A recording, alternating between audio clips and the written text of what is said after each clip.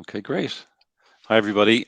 Um, Welcome to the FAIR Institute Europe Q4 event. Now, we're gonna wait another couple of minutes before we start. I think a lot of people are still joining, probably rushing back from lunch. So sit back and relax, and we'll start in about 2 minutes' time. Okay. I think we've got about 30% of participants online already. So let's wait till we get to about 50% and we'll get going.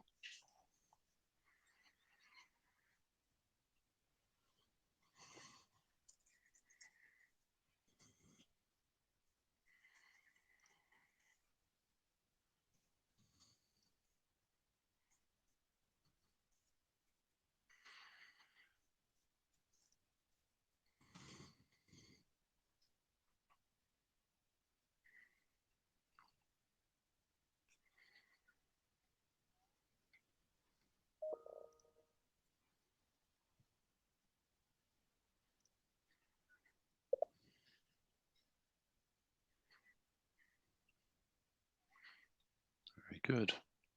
Yeah, for those who've just joined, we're going to start in about 2 minutes' time.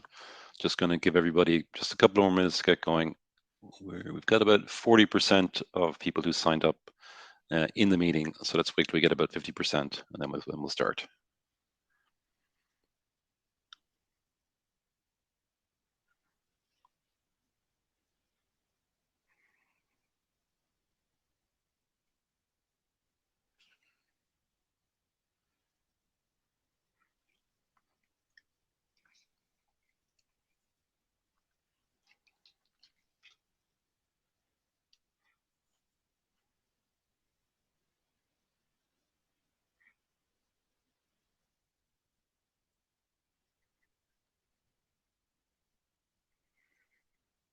All right, okay, we've hit the 50% mark. Okay, so let's start. So first of all, welcome everybody. This is the FAIR Institute Europe Q4 December event. My name is Tom Callahan, and with Christophe Faure, I'm the co-chair of the FAIR Institute Europe chapter. So, as some of you probably know, initially we had a series of FAIR Institute chapters divided out per country because of the difficulty with traveling. The current situation. We've brought everything together into one virtual FAIR Europe chapter. So we have participants from multiple countries and a lot of people from outside of Europe as well. So just want to welcome everybody. So the feedback from our last meeting was that everybody is really kind of keen to see practical, real examples from other members who have a FAIR program up and running in place. And we've very happy to say we've managed to achieve that today. We're going to do a kind of a panel discussion. And I'm really honored that we've got a really distinguished group of FAIR leaders on our panel today. So I've got Aidan Whelan and Aidan Farron from HB Enterprise and Cedric Cavallo from Richemont. Now, I'll let the guys introduce themselves in a few minutes. Now, for those of you who have been on this kind of meeting before in this format, despite the fact that we're virtual and this is a webinar, we would like to make it as interactive as possible. So you're in this kind of live storm environment. There is possibility to ask questions. There's also a chat section available, and we'll be making use of polls throughout the discussion as well. So again, feel free to ask questions. We may not get to them in real time, but we'll put some time aside at the end to address the questions. And in some instances, if the questions can't be answered in the webinar, we will get back to you afterwards if we have your contact details in the registration. Okay.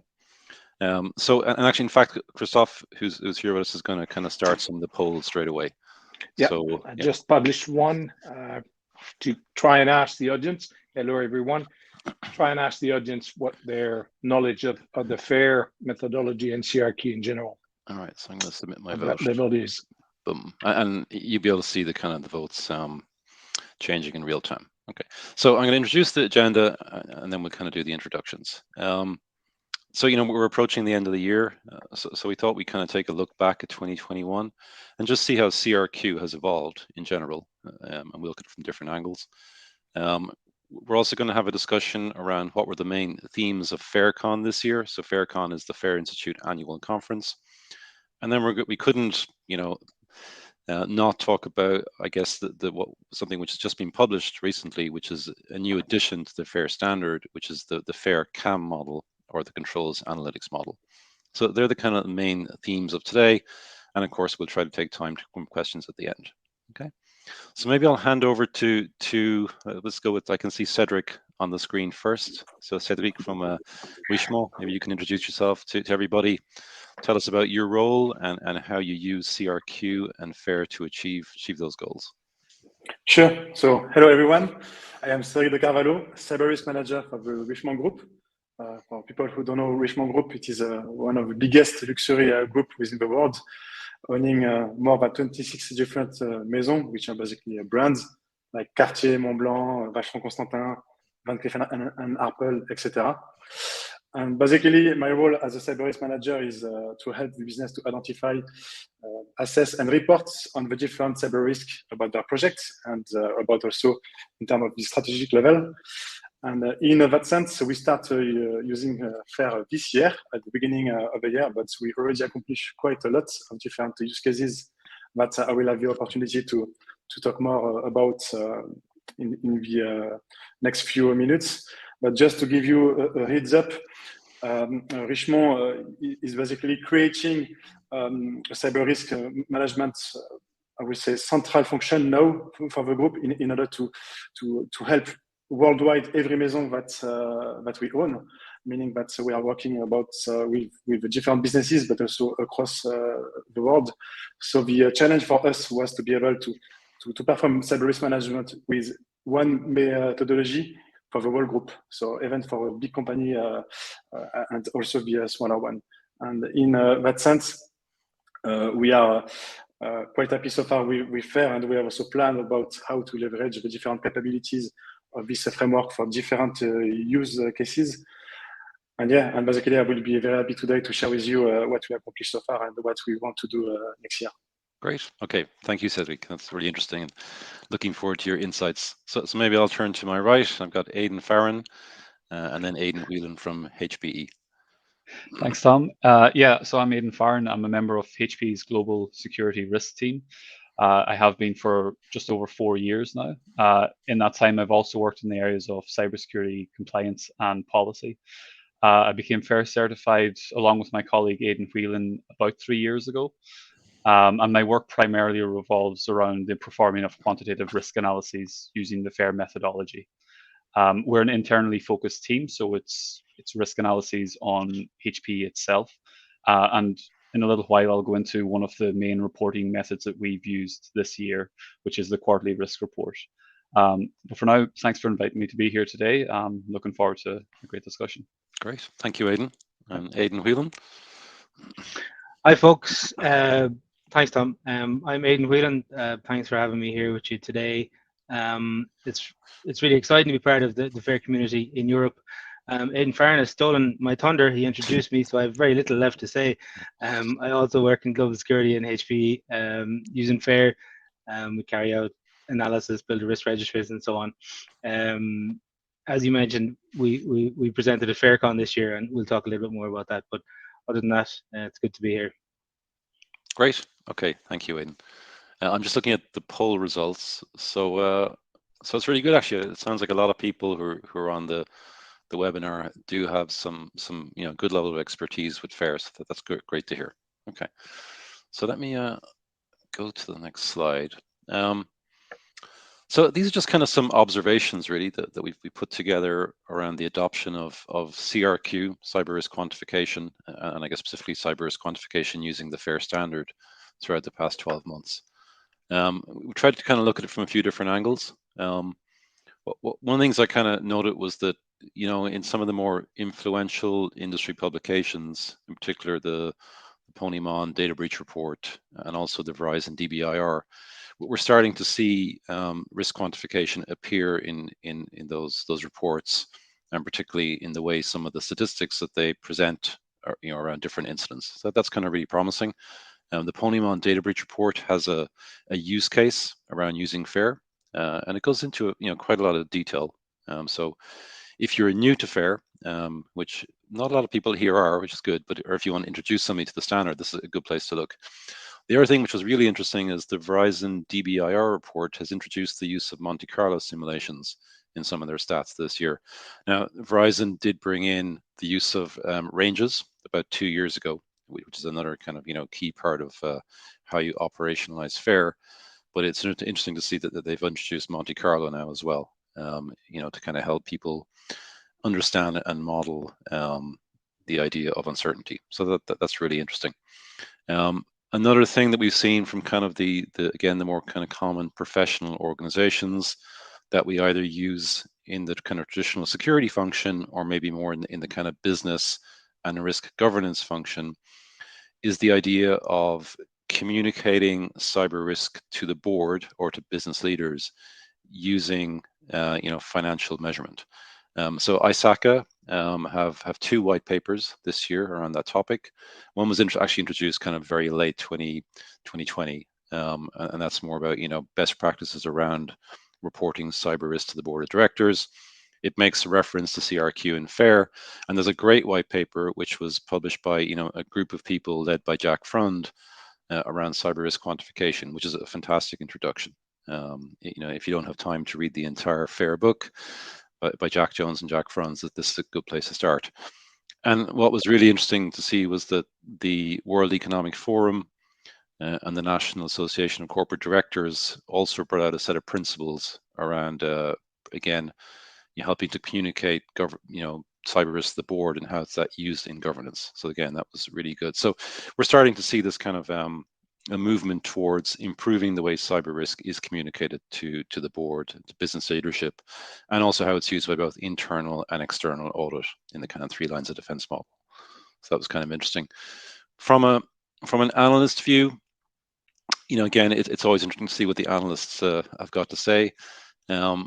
Gartner have been talking a lot about integrated risk management over the years. Their hype cycle this year in this space has kind of CRQ sitting at the top, and they're kind of predicting widespread adoption within the next 5 years. We think it will be a bit quicker, of course, but interesting to see that.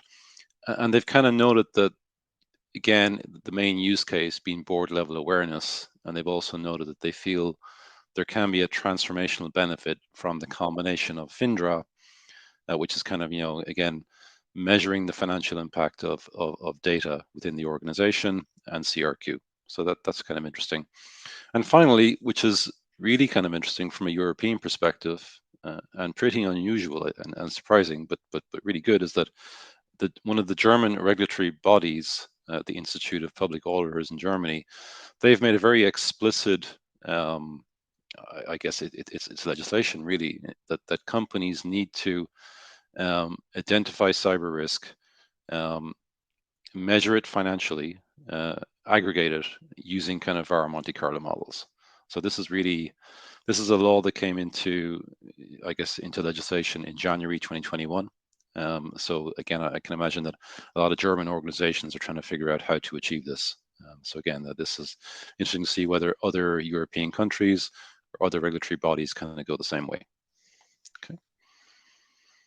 So what we're going to do is maybe just talk across the panel and maybe just see what do you guys think in terms of how you saw CRQ evolving, maybe in your organization or maybe within your kind of professional network. So maybe I'll turn to the guys from HP first. Yeah, I can start that one. So my observations on 2021, looking internally first as a team, I think the main story of 2021 for us has been the building out of our risk register, and the maturing of it as well. We started this year with this goal of really building a cybersecurity quantified risk register from scratch, and really building out a series of quantified risk analyses across several different business areas involving multiple different asset types and multiple different threat actors. And we're very near to completing all the scenarios that we originally had listed at the start of the year as wanting to complete. I think we're about 90 to 95% complete. So the story for me, and I think for the team, the main thing development wise is, yeah, we've made great progress in creating that risk register and maturing it. I think stepping out of the team, looking at that kind of question from a broader point of view, I'd say 2021, it's probably been a year in which the wider public have been very much exposed to the subject of cybersecurity. Unfortunately, through some high-profile incidents, for example, the ongoing Log4Shell1 incident, and also in Ireland earlier this year, our health service was impacted by a ransomware event at the height of a pandemic. So you can imagine the impact that such an event had on everyone affected. That was headline news for several weeks here. So it's the first time I've ever experienced walking down the street and hearing non-IT people talk about cybersecurity. It's just a shame that it generally takes an event like that to happen. But yeah, for my observations, summarize on it, 2021 internally, I think we've greatly matured our risk register. We've made great strides in that, and externally, it's the wider knowledge of cybersecurity amongst the public. I think it's definitely an area that's growing, and it will definitely continue to grow in the foreseeable future. Yeah, absolutely, Aidan. That's two really good points, right? And it's interesting that over this year as well, you talk to people maybe socially and who before weren't too interested in what I did as as my kind of job, and now they're kind of want to talk to you about what is cybersecurity. Tell me all about it. That's quite interesting. And that the HSE event, that would really kind of brought the what can go wrong home to a lot of people. For people who haven't seen this, PwC were brought in to do a post-incident report on that, and that was published. I think it was published on Friday, and it's really good and well worth a read. And hats off to the HSE in Ireland as well for making it available to everybody publicly. It's redacted, in a very minor way, so it's completely transparent. And I think a future topic of this forum might be to look at the way risk was managed in that organization, because they did share their risk management framework, and they actually also shared their heat map as well. So it's that would be an interesting future discussion.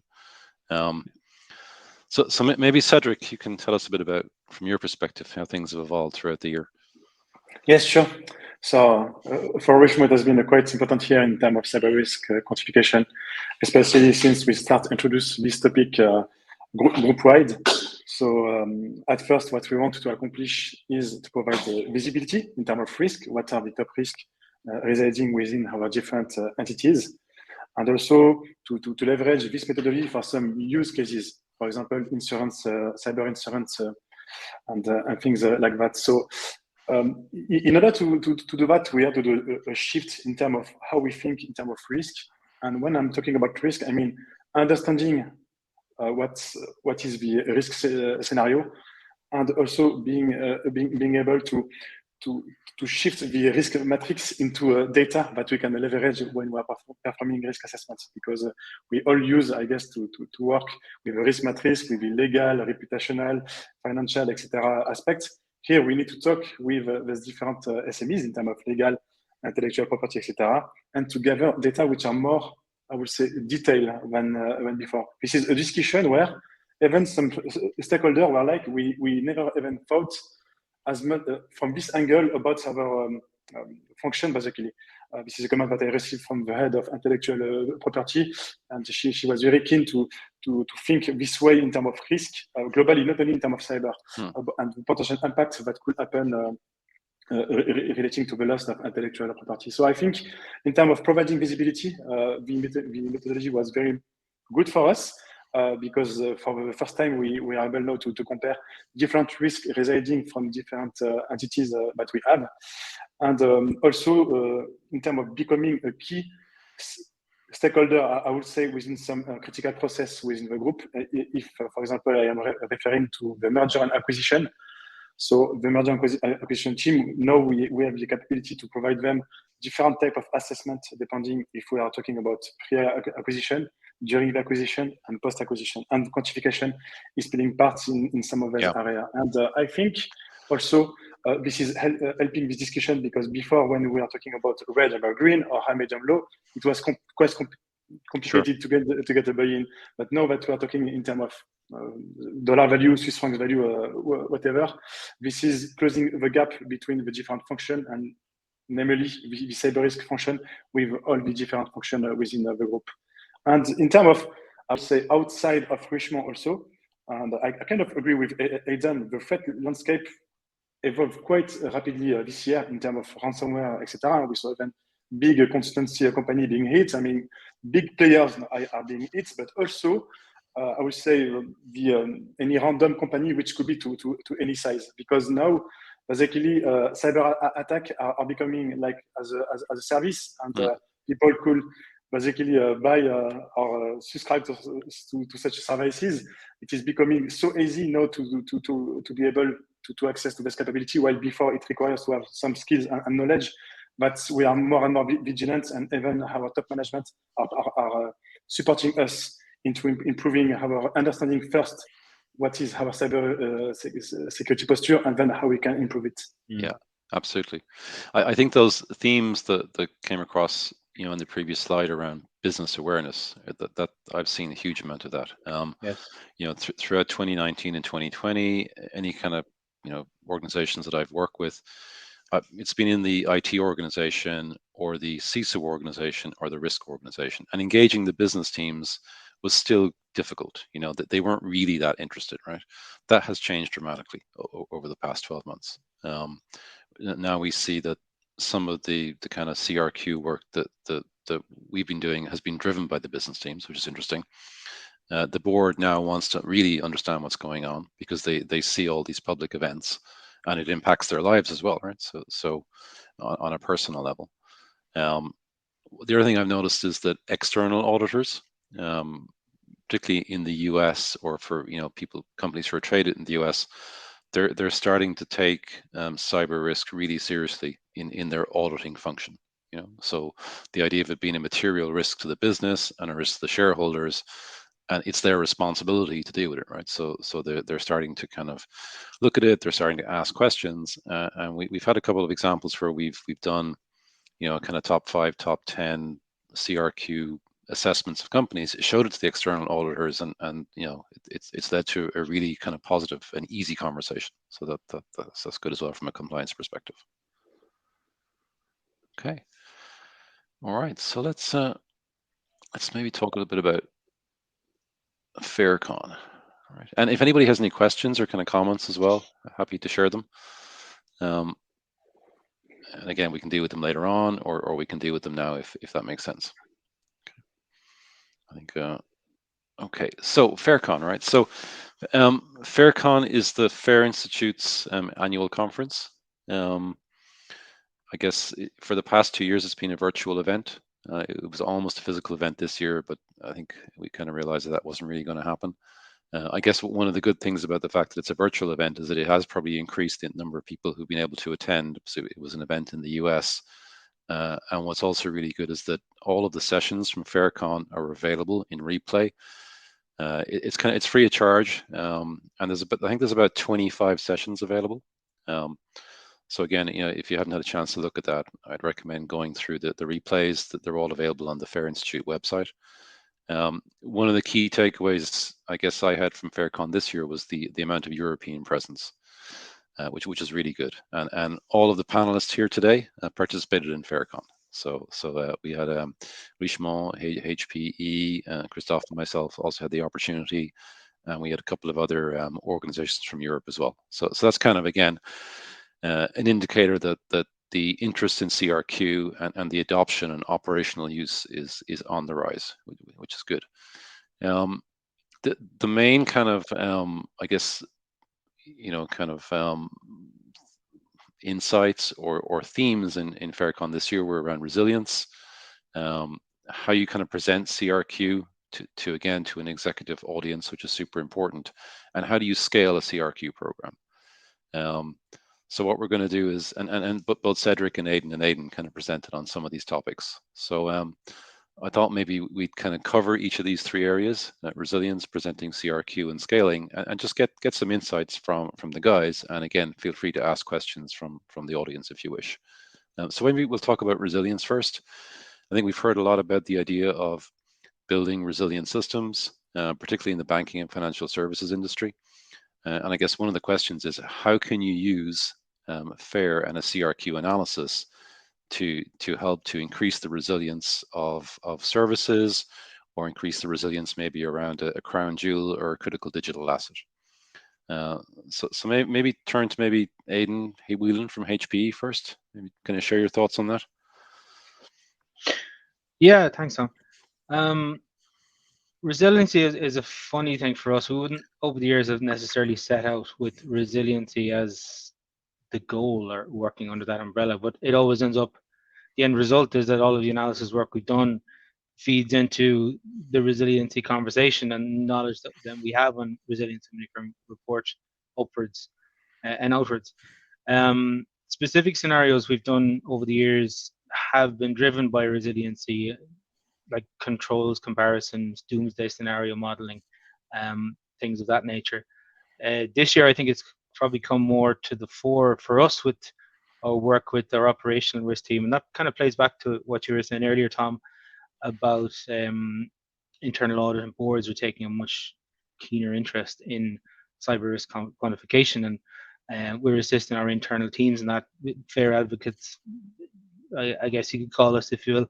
In January 22 then, which is just a couple of weeks away, believe it or not, we're going to kick off some FAIR modeling with our global business resiliency team, and that's something I'm particularly looking forward to getting kind of under the hood of business resilience and applying FAIR to it. Yeah, that's, as I said, something I'm looking forward to in years to come. It's interesting because I think the whole profession of kind of business continuity and resilience is probably changing dramatically, right? Because of the acceleration in digital business. So I can see this kind of huge complementarity and overlap to a degree between some of the kind of risk assessment work that's done and BCP planning. Yeah, it's interesting. Yeah. Okay. I mean, one of the I'll go to Cedric in a minute, but just one of the observations that I've seen around using FAIR for resilience is really linked to doing control modeling, and we'll talk about it in a little bit more detail in a minute around the CAM model. But if you model a scenario and you think about the loss event frequency, and then you think about the loss magnitude. I think traditionally a lot of more technical engineers in a kind of technical control specialists in security or infrastructure teams tend to focus on controls to reduce loss event frequency, maybe putting less focus, and I'm generalizing a bit here, but this is kind of what I've seen, less focus on resilience and recovery and incident management. But if you have an event that's going to cost you, let's say, $100 million and a massive widespread malware incident, you need to kind of make the assumption it's going to happen at some point, and we're seeing it today with the kind of zero-day vulnerabilities becoming more common, and for me that's really kind of how to drive resilience. You can model two scenarios with different lefts that have huge loss magnitudes, and you'll see pretty quickly that you need to adjust your loss magnitude, and then you can kind of think about what we call resilience controls, and we can see in the CAM model that we can now kind of get a better idea of what those resilient controls are and how effective they are, and what impact that has on I guess your exposure exposed, and looking at that in terms of the per loss event. So that's kind of one of the main things we've seen, the idea of doing high level control modeling, and you can do control modeling at a scenario level without having to quantify the actual controls. It becomes pretty clear that resilience controls are really super important. So maybe Cedric, you can tell us what you guys have any observations from a resilience perspective within Richemont. Yes. So in fact, within Richemont, resilience is a topic which is more and more talked. In fact, the department where I am working is called cyber resilience. It's not called cyber security. Okay. And in that sense, basically, when we are performing a risk assessment, we are always taking into account not only the resilient control, but also what I will call the resilient risk scenario, because there are some risk scenarios where resiliency is also more important than others. And we make sure to cover those parts and to see also what is the control environment, basically let's say protecting this specific risk scenario. And in that sense, the detect, respond, and recover control are very important for us. And when I'm talking about detection, it's not only having the capability, it is also having the right process, the right people behind, that we have a full coverage about specific, I would say, assets, but we can see something coming and we can react to it in a resilient manner, meaning having less and less business interruption possible and things like that. So I think also it is something where business continuity and information and cybersecurity are also working more and more together. And what we are putting in place is when our colleague from business continuity management will be assessing a specific entity. For the cyber part, they will involve us and making sure that we will cover with the quantificative way of the different risk scenario related to availability and highlighting how resilient we are toward this. Okay, yeah, great. No, thanks, Cedric. That's really relevant. And I guess that this kind of brings us on to the next topic, which is how do you present some of these scenarios to executive management, right? Because and this is a big topic, right? Because there's a lot of different choices in how you can present a risk scenario, particularly once you've gone through the financial quantification activity. I mean, again, one of the things I've observed is that anybody who's worked with FAIR for any period of time, you'll be aware that there are various different statistical metrics they can use to describe a scenario, and that typically can be a challenge sometimes in terms of deciding, do you present the 90th percentile, per loss event? Do you do the average? Do you do the most likely? There are lots of different choices, and I think anybody who's started to operationalize FAIR and tried to move out of their kind of the security team or the risk team and talk to other executives, that's something which is it can take some time to get right, I think. And if you tie that back to resilience, the second thing that I think happens is that once you do present a scenario, after you explain your financial exposure, the next question is, how do I improve resilience? What controls do I need to put in place to reduce my exposure? But maybe we'll maybe talk about the kind of the first challenge first of all is a bit, how do you actually present the output of a FAIR analysis to a senior executive team or maybe a board or maybe a non-technical business leader? So who'd like to talk about that? Yeah, I can, if that's okay, Tom. Great. Yeah, great, Aidan. Thanks. Yeah, Yeah. sure. In fact, and we have a slide which you provided. We have a slide, yeah. Yeah, so let's put that up. Yeah. Thanks. So yeah, when it comes to presenting cyber risk quantification at HP, this is an example here of a reporting format that we've developed over the past year for just such a presentation to senior leadership.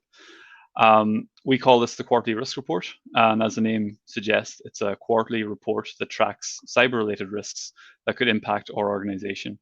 It tracks data relating to 5 different risk statements, which were identified by leadership as being of heightened interest to them.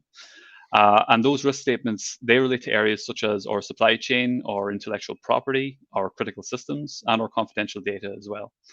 Now, for each of these 5 different risk statements, this report, it provides information related to control metrics, threat landscape updates, and also a quantified annualized loss exposure range, which is derived by combining the results of relevant risk analyses which are stored within our risk register. So in total, this report, it tracks 26 control metrics, and it draws on data from 16 different risk analyses. So what you can see on the screen here, this is an example of a risk statement that an organization might want to track using this quarterly risk reporting method. So here I've written this example risk statement, which deals with the risk of a cyber event causing the loss of access to critical information or services, potentially resulting in long-term disruption and significant recovery and remediation costs. So this would be a risk that a lot of organizations would be very cognizant of in today's world, especially with this, the prevalence of ransomware in recent years. As I said, in Ireland, it's really at the front of the public's mind at the minute. So what we would do here in the quarterly risk report is we would track the organization's risk posture against this risk statement. So to do that, the first step is to look at our risk register and see, do we have any completed risk analyses that relate directly to the risk statement? So for example, I've listed two potential analyses in the bottom right of the screen here. So they are a scenario involving systems availability loss by a cyber criminal and a scenario involving strategic data availability loss by a privileged insider. Okay. Now, because this risk statement relates to the availability loss of systems and data, our report would track control metrics that are related to controls that have the aim of ensuring system uptime and data availability. So here on the left of the screen, you could track as many controls as you'd like here, but for the purposes of this demonstration, I've listed two potential control metrics that you could track from quarter to quarter. The first is the results of a quarterly simulated phishing campaign amongst the organization's employees. So at HPE, we run these company-wide simulated phishing campaigns once per quarter. So this metric, it can be used as an indicator of how well employees are doing in identifying and reporting suspicious-looking emails. The second metric I've listed relates to a count of endpoints that are impacted by malware. So obviously with malware, one of an organization's main concerns would be ransomware. And obviously you'd want to maintain a low figure here because ransomware directly results in the loss of access to data. And there are plenty of other metrics you could fit in there, control metrics, like, for example, you could track the metrics related to data backups. That would be very relevant to that risk statement. As I said, our report, it also has a section for threat landscape updates, which is in the bottom center of the screen. And then, as I say, we track or we list completed risk analyses from our risk register that relate to the risk statement there in the bottom right of the screen. So in this example, I've listed those two scenarios I mentioned earlier. And what we went with here is we went with the most likely annualized loss exposure in dollar figures for each. And then in the graph area above, we would provide and graph the annualized loss exposure range, again in dollars, for the combined or the aggregate results of all the scenarios that are related to the risk statement. So the work from our risk register, it really feeds into this quarterly risk report. And as our risk register continues to be built out with more and more scenarios, any that match the 5 risk statements tracked by the quarterly risk report will be incorporated into the report, and it will help to strengthen it, really. So yeah, the risk register, it's our work in quantifying individual scenarios, and then this quarterly risk report, it's really about going up that one level to that higher level risk statement, which may cover multiple different scenarios involving multiple different assets types or multiple different threat actors. It allows us to track control metrics related to that risk statement. It allows us to provide an overview of any changes in the threat landscape.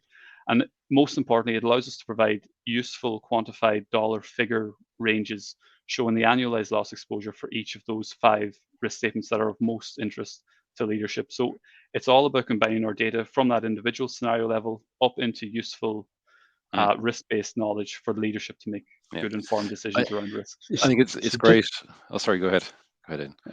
I was just going to say, sorry, it's you mentioned reporting risk and how we do it and which figures we pick, and Aidan said on this one we have mentioned most likely. We then have the challenge when some of the scenarios have a most likely of 0, and how best to report that as well. That's that's the big one. So right? that's where you have to have additional conversation and show the 90 or show the maximum. So it's not necessarily set in stone. I don't think we can set anything in stone in this business. And again, I have to tailor the reporting and the results a little bit depending on the audience. This is the standard when it goes to the board. They're familiar with it by now. But if we were showing it to somebody else, we may well have to tailor it accordingly, maybe put in some explainers.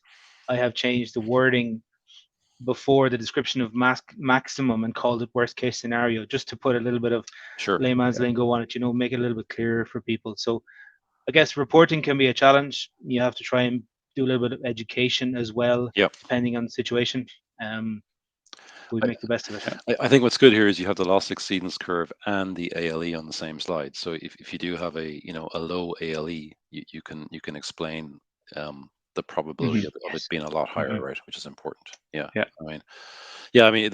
think anybody, a lot of people will find that sometimes using ALE can be a bit of a struggle, right? Because you end up with lots of zeros because, of course, you're talking about events. These are wide scale events normally that you're modeling, so they don't occur every year, right? So it's most likely they won't.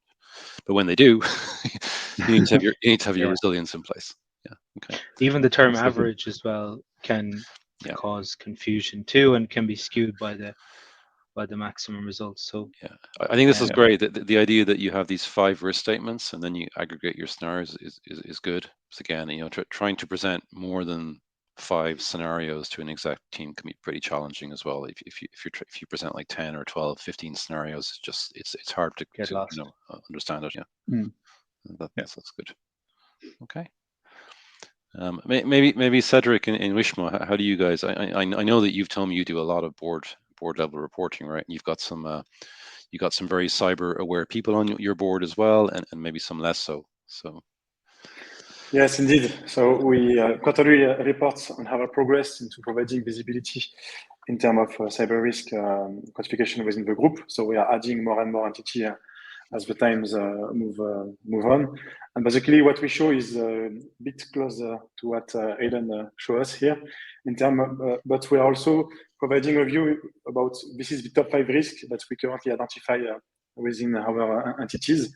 And so we are also bit not kind of providing comparison between the different entities, which is also good from the board, because what we want to build is a view from top down and bottom up. So top down, we assess what is at the group level, and we talk about it when we will be talking about scaling the CRQ. And also we are assessing every maison, so every brand that we have, and we aggregate everything in the end at the group level. And I will add that in terms of which data we are using, when we speak about strategic decision, this is where we will speak more about annual loss exposure. But when we talk about crisis management, insurance, and stuff like that, we will most likely report on the 19 percentile values, never the maximum, because the maximum we can have a long tail at the end of the last excellence curve, like you are seeing and here.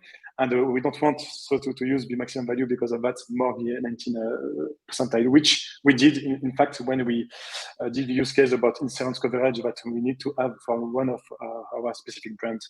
And to add to that, for example, for merger and acquisition, our executive wants also to have a report, and here it was quite different because we had to dig a bit more about specific risk scenario. And this is where also, and this is one of the main challenges, I guess, that my colleagues are also having.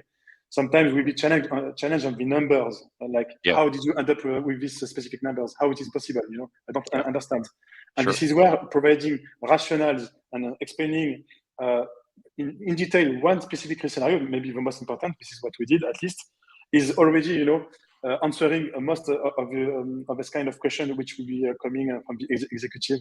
Even thought the first time we use quantification, one executive called me to understand how it works and things like that. So it's good also to educate ourselves on the methodology, understanding everything, how it is working basically, and being able to defend our case. Because in the end, Jack Jones, he built the FAIR framework in order to be able to defend the case in front of C-level and use case like that.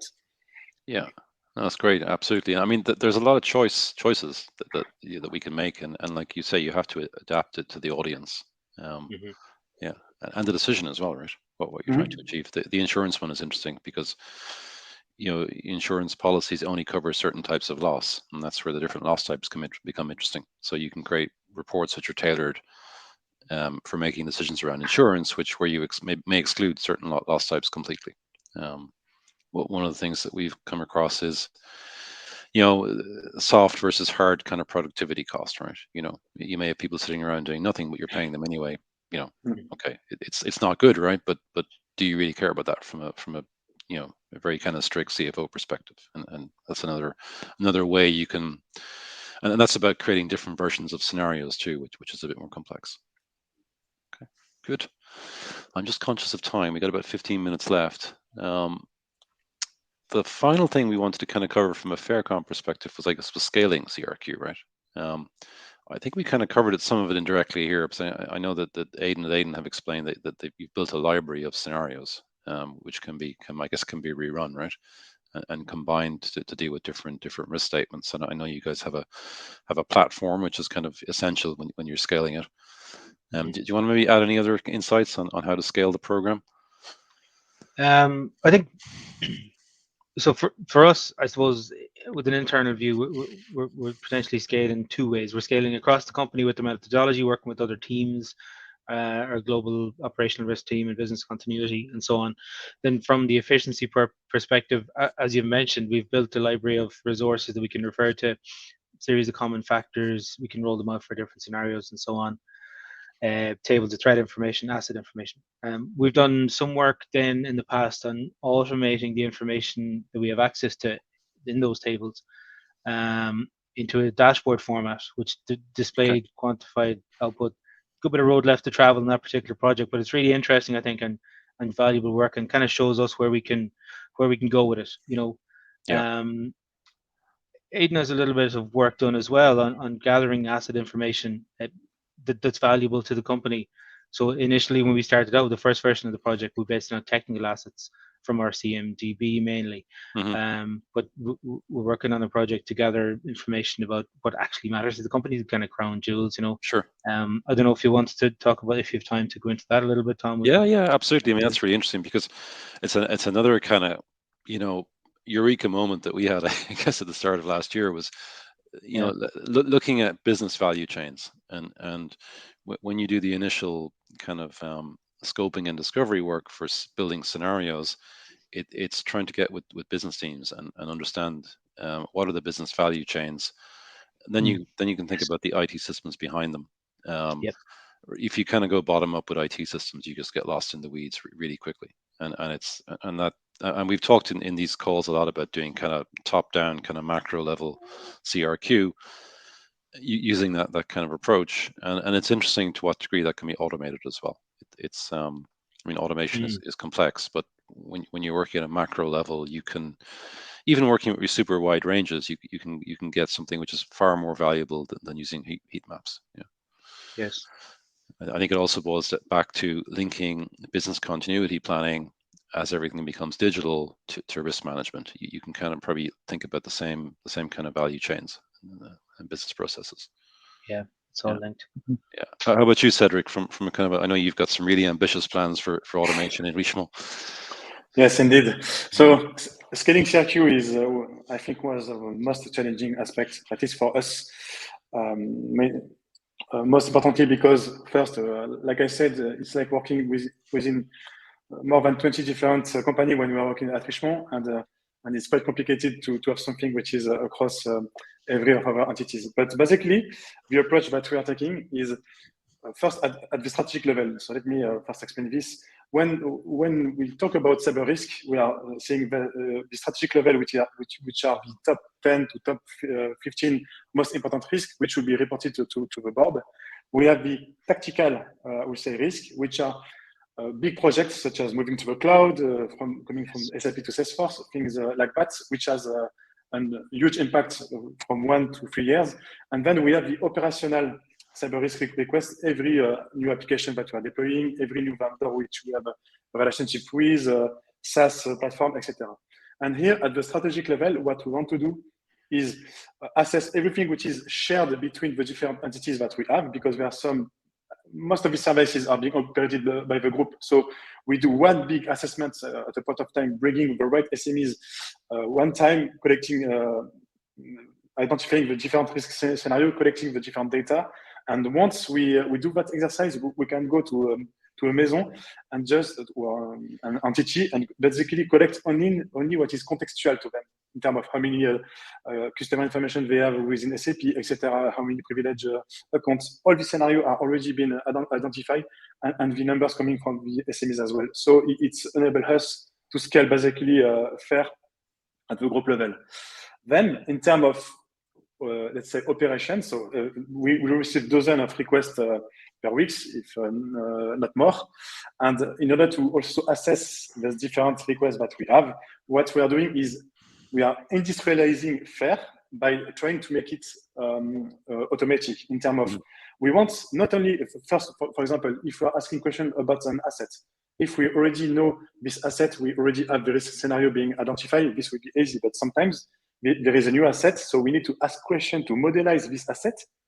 How is it exposed to the internet? How it is hosted, which type of, etc. So we can then determine which risk scenario could affect this asset, and then we ask different questions to basically enable an automatic quantification tools, which will be able to provide an answer and values directly to the user who is putting this request.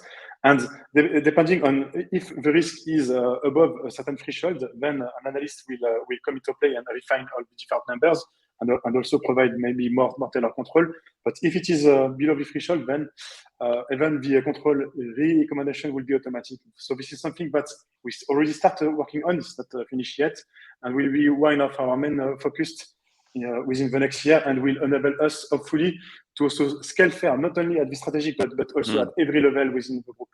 Yeah, no, I think I really like that idea of having something which is maybe 90% automated with a small amount of human interaction. But if it goes beyond a certain, it triggers a certain gateway, then an analyst gets involved. And yeah, oh, good, very good. Okay, all right. So we got about 10 minutes left. I'm going to talk a bit about control models in a minute, very briefly. Just want to draw everybody's attention to the polls. I can see we got a pretty good completion rate on those. So again, if you haven't had time to look at some of the polls we've launched, encourage you to check those out. It's interesting to see the kind of the spread across the group. Yeah, I'll have a little sum up right at the end of the webinar. Cool. Just to call out some of the results of those polls. Yeah, I know. So some of the results are interesting. Okay, good. All right. So I'm not gonna spend a huge amount of time on the next topic, although it is very important, right? But I want to leave some more time for discussion at the end. So one of the over the past couple of years, what we've kind of found is there's a huge interest in being able to model controls in detail, and I think a lot of people, when they start using FAIR, particularly if you come from a kind of a technical controls background, your first kind of instinct is to start trying to model controls, and it's pretty clear that the existing FAIR model doesn't really go into a huge amount of detail on how to do that. You can certainly derive control efficiency using things like level of vulnerability or resistance strength or even your ability to recover, but it doesn't have a clear model in place for I guess doing controls assessment. So this is something that Jack Jones has been working on for about 2 years now to try to address, and he's just published FairCon recently, which is the controls analytics model. So it's like the FAIR standard. It's an ontology. It's designed to be used in conjunction with kind of traditional FAIR, so to speak, and it basically breaks out controls into more detail of different types of controls. It talks about the idea of how effective a control is. So you can have a control in place, but it may not be as effective as you want it to be. And most importantly, it talks about the way different controls influence other controls. Now it's a relatively complex model, to be honest, but he Jack makes the point several times in the 2 papers that he's released, is that he's tried his best to avoid complexity, but this is a complex topic. So it is a complex topic. I could probably spend a couple of hours talking about it, and I probably need to read the papers a couple of more times to be able to do that in detail, and probably spend some time really kind of using it in real life, which we're starting to do, and it's really interesting. So if you're interested in this topic, which I think probably everybody is, I would encourage you to take some time. There are 2 papers which have been published. One is an introduction, one goes into a little bit more detail. There's a video on the FairCon, on the FAIR Institute site in the FairCon section of Jack presenting the model. He'll kind of say the same thing. You need to probably just sit down and read the papers in addition to listening to what he says. And like using the FAIR model, you don't need to go as far as to actually measure some of the, I guess, measure some of the controls themselves. You can use CAM as a kind of an overlay model in the same way you can use FAIR to build scenarios. So even without actually trying to measure the controls, using it as a way to understand how different controls impact different scenarios is really super useful. And it's one of the things that Christophe and I are doing some research in terms of kind of adding that to the way we define scenarios.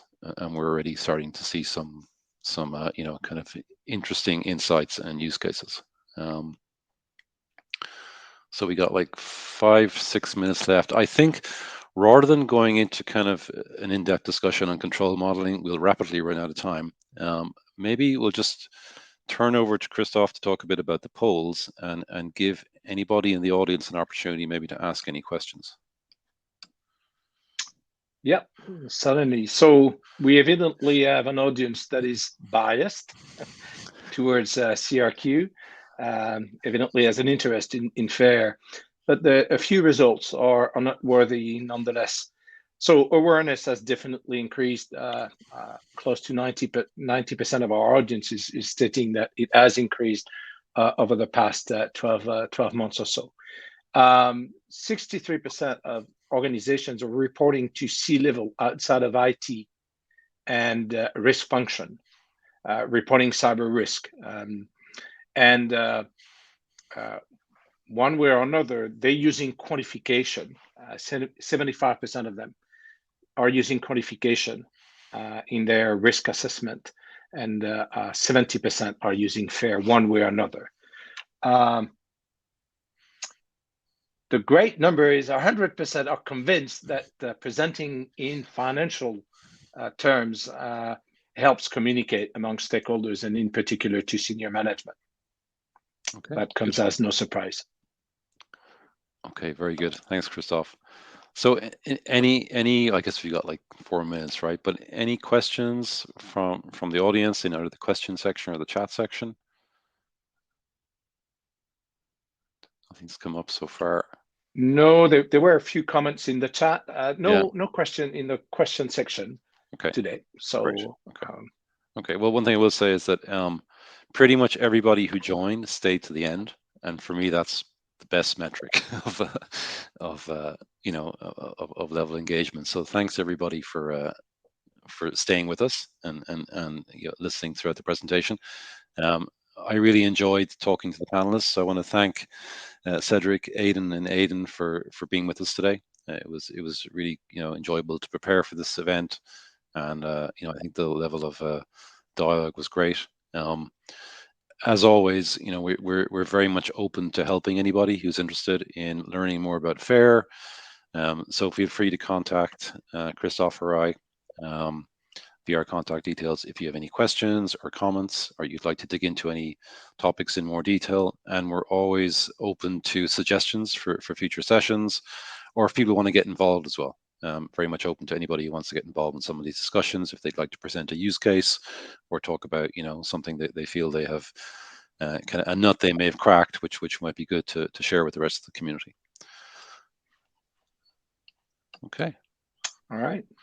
All right. Well, thank you. Thank you to our panelists, and thank you, everyone. Thank you, Tom. Great. Thanks, everybody. Bye-bye. Thanks, everyone. Thank you. Thanks, folks.